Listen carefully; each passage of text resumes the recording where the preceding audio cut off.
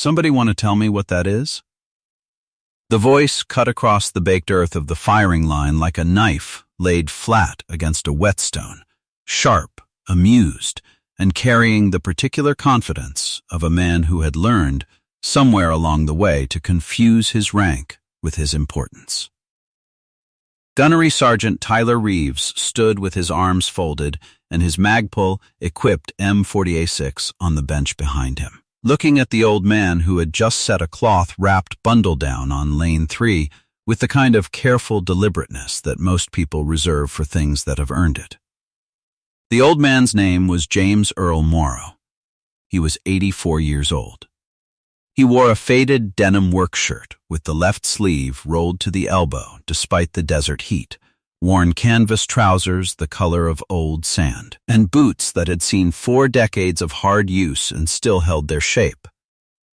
His hands, when he set the bundle down, were the hands of a man who had spent a lifetime using them, mapworks of wrinkles and liver spots, knuckles that had known cold and labor, and things that didn't have clean names, but perfectly steady. Not the careful stillness of someone fighting a tremor, simply still, the way a stone at the bottom of a deep creek is still. He didn't look up. He placed the bundle with both hands and then straightened slowly, the way a man does when he has reached a peace with which joints will voice an opinion. And he looked out at the range. The range spread south across the desert in the full roar of a July afternoon. A long expanse of graded caliche and rock, target plates hanging at 500, 700, and 1,000 meters. 3 flags were mounted along the length of it, one at the firing line, one at the mid-range mark, one at the far berm, and today all 3 flags told different stories. The near flag hung nearly limp in dead air. The mid-range flag pushed left to right with something steady and moderate coming off the flats. But the far berm flag was lifting and dropping in a rhythm that wasn't quite wind. It was a thermal boiling off the dark desert floor in the afternoon heat, pushing in a direction that didn't match either of the other 2. The air smelled of gun oil and cordite, and the iron and dust smelled the Mojave carries in summer. And beneath it all ran the constant low bass note of engines somewhere on post that never quite stopped. Behind the firing positions, bolted to a wooden post in a plexiglass frame yellow with age, was the range record board. Most entries were recent: new glass, new ammo, new technology doing things that would have seemed like witchcraft to men who had shot here 20 years ago. But at the top of the board, above all the modern achievements, in faded black ink on a card the color of old cream, was a single entry that had stood untouched since the year Ronald Reagan was beginning his 2nd term. 1,000 meters, standing group, 1.8 inches. J.E. Morrow, SSGT, USMC, 1983 Gunnery Sergeant Tyler Reeves was 29, 6'2", built with the deliberate specificity of someone who treated his body as a precision instrument. He wore his digital camouflage crisp in the 104-degree heat, his Magpul-equipped M40A6 laid out on the next bench with the reverence of a craftsman. He had shot a 4.6-inch group at 1,000 meters last week, and nobody in the 3rd Battalion had done better. He was, by any reasonable metric, the finest marksman on this base. He had a trophy on his wall and a record he was building toward, and he had earned both. What he could not see, standing here in the shimmering heat of the Mojave, was what he was looking at. "That thing got a scope on it?" Reeves called out, folding his arms. "Or does Grandpa shoot by feel?" "It's a Remington 700, the old man said without looking at him. "Long action. 26-inch barrel. Unertl 10 power." Reeves blinked. He turned to his Marines. One of them made a face, another quietly smiled. Reeves looked back at the old man. Unertl," he said. "That scope's older than I am." "By a good bit," Morrow said. "Okay." Reeves let his grin settle in. He was genuinely talented, and he genuinely knew it, and in that combination lived a blindness he was too young to understand yet. He walked to the near edge of the bench, folded his arms again. You're here to shoot the 1,000-meter plate. I am. On a 40-year-old bolt gun with Iron Age glass. No bipod, I'm guessing. No bipod. Reeves glanced at the Kestrel strapped to his left wrist. $1,100 of ballistics technology, Coriolis effect, and spin drift calculated to 4 decimal places, and let the glance be visible. What are you using for your ballistic solution? The old man finally looked at the flags. Same thing I've always used, he said. Which is? Morrow was quiet for a moment, watching the Farberm flag lift and settle and lift again in the thermal. The wind's tricky today, he said, in the quiet, unhurried way of a man reporting the weather. It's not just one wind. It's 3. Reeves opened his mouth and closed it. Surface layer running right to left below about knee height, Morrow continued, not turning. Thermal above that pushing left to right, and something coming off the mountains above 400 meters, moving almost direct. He picked up the rifle and began to unwrap the cloth. It was olive drab, faded almost to gray, worn soft from long use. The walnut stock was hand-rubbed to a tone that had no name in any catalog. The computer gives you a number, but the bullet moves through all 3 layers on the way out there. You've got to know where it passes through each one. Reeves stood very still for a moment. Then he laughed, because that was what the situation called for. He turned to his men. Boys, we've got a competitor. The word had enough weight in it to turn it into something else. Reeves moved closer. The 3 stages of this kind of confrontation have their own momentum, and he was moving into the second of them now. The performance that needs an audience. The escalation that uses contempt as its instrument. He called out across the bench so his Marines could hear. Tell you what, old timer, you put 1 round on paper at 1,000 meters, not the plate, just paper, and I'll buy you whatever you want from the mess. Deal?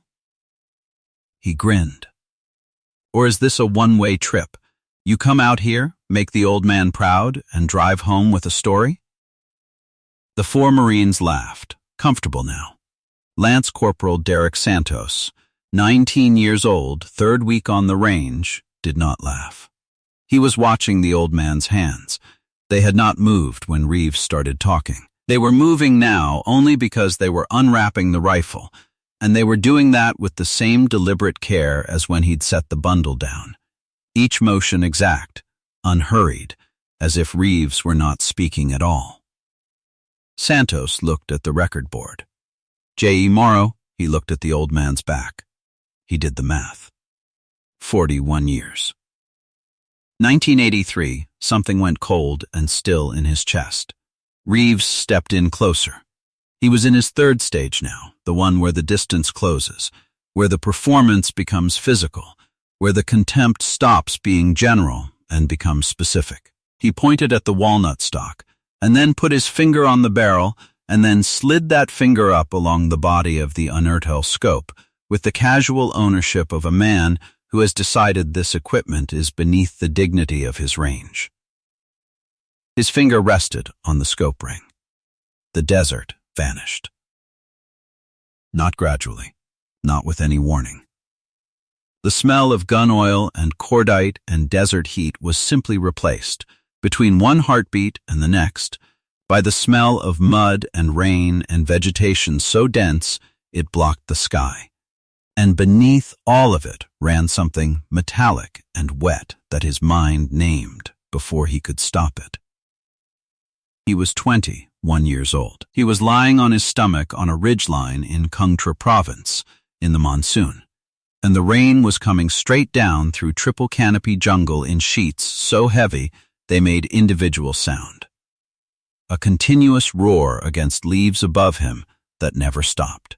The ground beneath him was 6 inches of mud over rock, and he had been in this position for 47 minutes, because movement would give his position, and his position was all that 12 men pinned behind a rice paddy berm 400 meters to his east had going for them. This rifle. This scope. The glass was new then, tight and clean and smelling of cosmoline, where he'd spent 2 hours cleaning it the night before, sitting cross-legged on an ammo crate outside the wire while Danny Aguirre made bad jokes about his technique. Danny Aguirre was 6 inches to his left. 20 years old. From Albuquerque. He laughed at everything. He was lying in the mud with a log in his hand instead of a rifle, because his rifle was in pieces 30 meters back where a tree had come down on it during the insert, and there was nothing to be done about that now. The fire from the tree line had been coming from 3 positions, rotating in a pattern, 30 to 40 seconds of fire. A pause. A different position. Repeat. He had been watching the tree line for 11 minutes. He had been watching a single broad leaf at the far edge of the clearing, the only instrument he had for reading the wind at distance. The rain was pressing everything down at ground level, but above the canopy edge something was moving from the southeast in a pattern that didn't match the rain, and that leaf had been telling him things for 4 minutes. He thought about the leaf. He thought about the 12 men behind the berm. He breathed out until there was nothing left to breathe out. He fired 3 times in 11 seconds. The fire from the tree line stopped. He did not know, lying in that mud in the monsoon, that one of the men behind the berm was a boy from Mississippi named Thomas Brewer, who had lied about his age to enlist and who would become, in 40 years, a 6th-grade history teacher who kept a small American flag on his desk and sometimes, in a way he never explained to anyone, wept at the national anthem. He never met Thomas Brewer. A chaplain told him, much later, over bad coffee in a canvas tent. Danny Aguirre was killed 11 days later, on a different ridgeline, in different weather. He had the man's Zippo lighter in his breast pocket when they put him on the helicopter. He kept it for 63 years, in the wooden box on his dresser next to his wife's photograph. The memory dissolved the way it always did, cleanly, without sentiment, leaving only the desert and the heat and the far flag lifting in the thermal. James Earl Morrow's expression had not changed. Reeves's finger was still on the scope ring. "If you want to bet something," Morrow said quietly, "we can bet." Reeves pulled his hand back. Something in the old man's voice had landed at a frequency he didn't have a name for. He covered it with the only thing he had left in this register, which was more performance. He turned to his men and spread his hands. $5 each, boys. The old man puts one on paper at 1,000. You pay me. He misses. I owe you. He looked back at Morrow. Take your time, Grandpa. We've got all afternoon. Morrow settled into his position behind the rifle. He adjusted the elevation knob, one small, precise turn. He looked at the near flag, then the mid-range flag, then the far berm flag, which was lifting in the thermal with its intermittent pulse. He watched it for exactly 15 seconds. Then he fired once. The report rolled out across the desert and came back from the far berm, and in its wake, faint but unmistakable, there was the ring of steel. Lance Corporal Derek Santos was already in the range office. He stood in the doorway with his cover in his hand and his heart making noise in his chest, and he looked at Staff Sergeant Vince Patton, who was reviewing the afternoon's qualification schedule and did not yet know what was happening on Lane 3. "Staff Sergeant," Santos said. The record board. The top entry.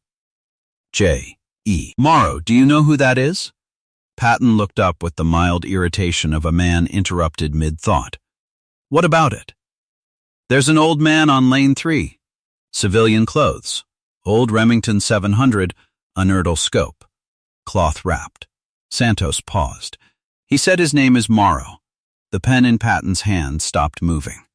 The silence that followed lasted long enough to change character. Patton set the pen down. He looked at Santos with an expression the lance corporal had never seen on a staff sergeant's face, something stripped of its usual professional surface, something that looked underneath, like a man trying to decide if what he'd just heard was real. "You said Reeves is out there." "Yes." Staff Sergeant. Patton was already reaching for the phone. He dialed a number from memory, and when the line connected, he said, without any preamble at all, "This is Staff Sergeant Patton at Range 6. I need you to connect me immediately to the Commandant's duty officer. Tell them it concerns Master Gunnery Sergeant James Earl Morrow." He listened. Yes, that Morrow.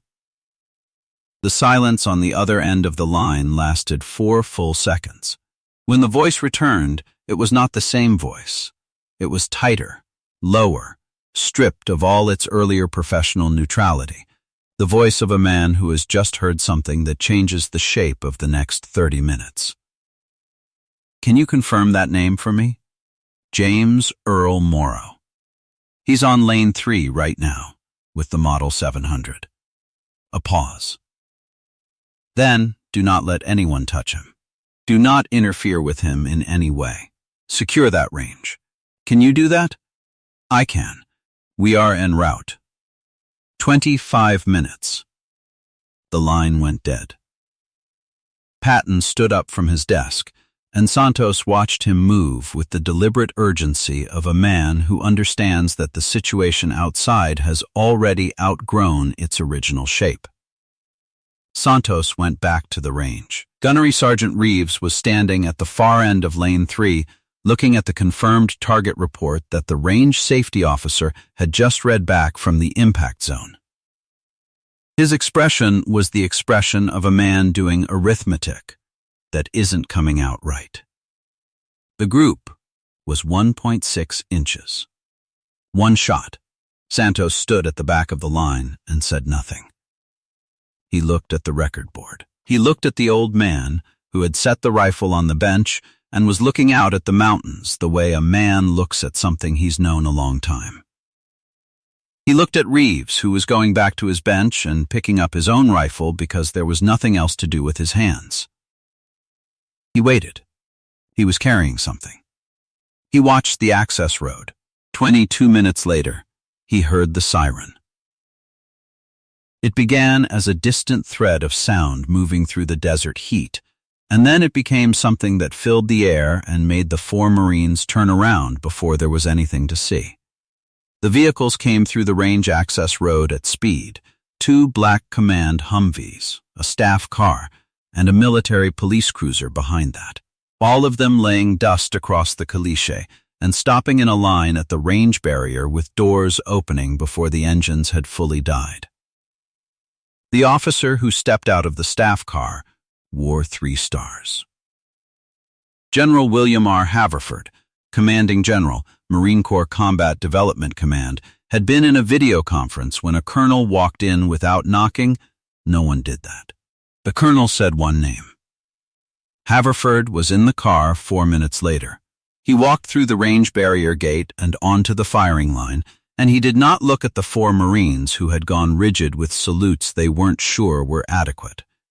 And he did not look at Gunnery Sergeant Reeves, who had snapped to attention with the specific rigidity of a man who has just understood that something has gone deeply wrong.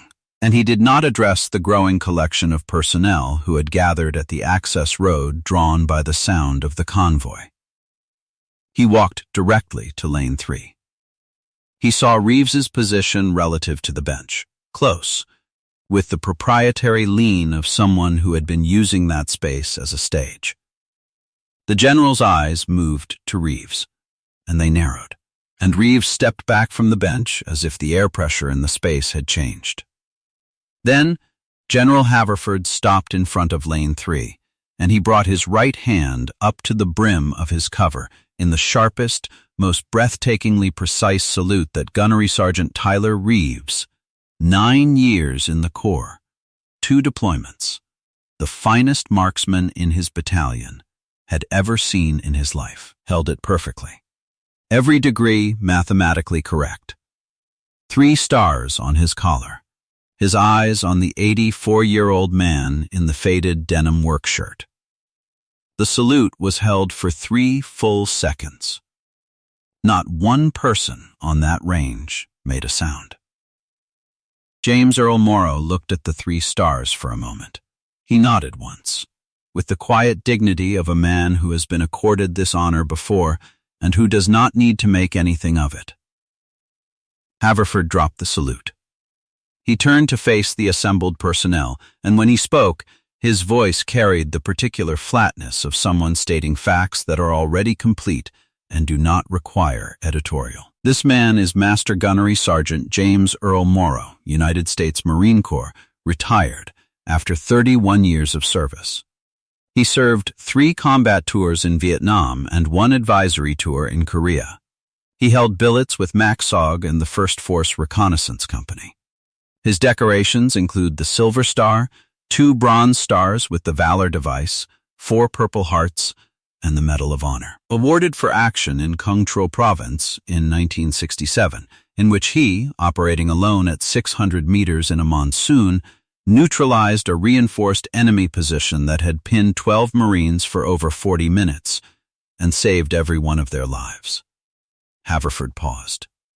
He is the holder of the Marine Corps record for confirmed long-range engagements in a combat environment. He turned and looked at the record board, at the card at the top, faded to the color of old cream, standing for 41 years.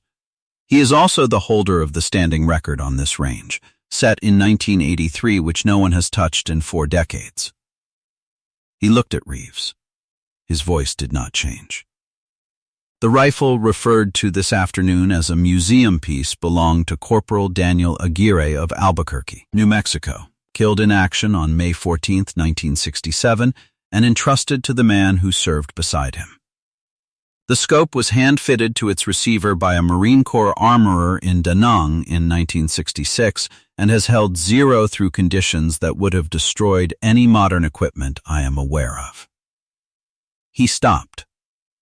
The range safety officer, who had been standing at the scoring table, looked up from the paper in his hand. "General," he said carefully, "the confirmed measurement on the Lane 3 target." He read it out, 1.6 inches. At 1,000 meters. 1 shot. Haverford looked at the record board. 1,008 inches. 1983, J.E.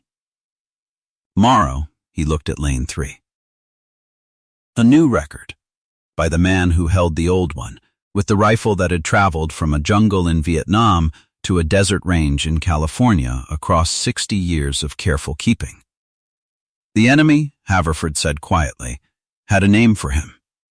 In the operational area where he served, they called him the Ghost of the River Valley.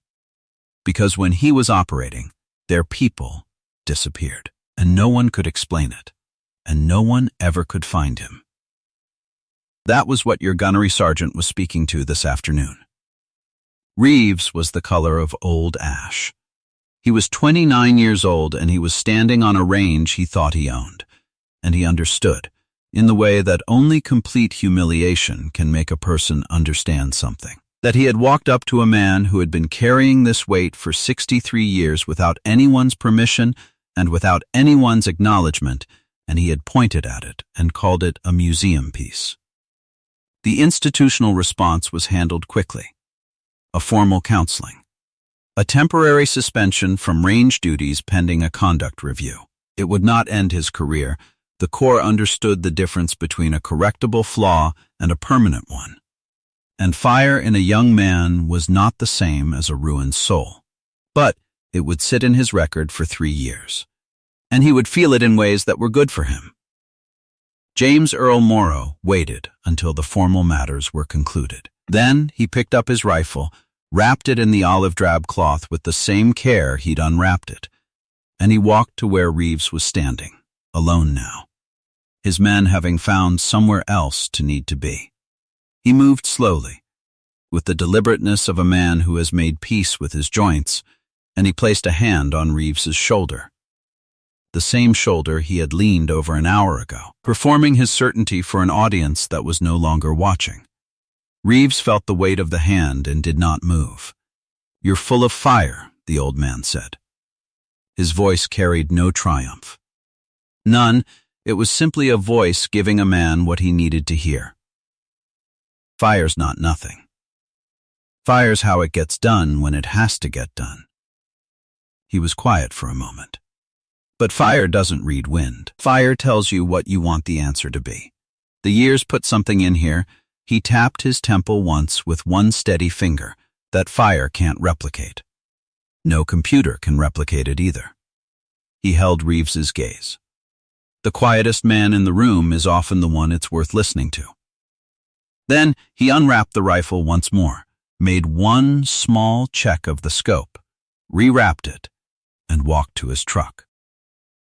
It was 5 weeks later when Gunnery Sergeant Tyler Reeves, on leave and in civilian clothes and holding a grocery list his wife had written on the back of an envelope, saw him in the hardware store on Route 14. He was in the fastener aisle. He was holding a small stainless bolt up to the fluorescent light, checking the threading the way a man checks anything he's going to trust. He looked smaller in there, just an old man in a denim shirt reading the thread pitch on a bolt, the same way old men in hardware stores always have and always will. The swagger that a military environment lends to legends was not present. Neither was the weight of 3 stars and a convoy and a salute that had stopped time on a rifle range in the Mojave. There was just an old man, and a bolt, and the particular patience of someone who has learned not to rush. Reeves stood in the entrance of the aisle for a long moment. Then he walked over. Morrow looked up. He recognized him immediately. He waited. "Sir," Reeves said. He had rehearsed something longer than this, but it left him now, which was probably right. "What I said on that range, the way I acted." He paused. "I'm sorry." James Earl Morrow looked at him for a moment with those pale winter sky eyes, and whatever assessment he made was quiet and complete. Then he extended his hand. When Reeves shook it, the old man said, "You a good Marine?" Reeves nodded. "Then that's enough," Morrow said. He put the bolt in his basket and moved on down the aisle. And Reeves stood in the fluorescent light and watched him go. And it came to him slowly, the way things that matter always do, that this was what it looked like to have earned something so completely that you no longer required anyone to witness it. The record on the board wasn't what made the man. The convoy and the 3 stars and the salute weren't what made the man. The man had been made on a ridgeline in the rain in 1967, and every day since had simply been the carrying of it, quietly, without cost to anyone else, without waiting for a room to fall silent. They walk among us every day. The quiet ones. In hardware stores and parking lots. At lunch counters and in worn truck seats on desert roads, carrying everything they ever were, needing nothing from us, except, perhaps, the small dignity of not being found lacking before we know what we're looking at. If you were moved by James Earl Morrow's story of quiet courage and timeless wisdom, hit that like button, share this video with someone who needs to see it, and be sure to subscribe to Veterans Valor for more stories of America's unassuming heroes.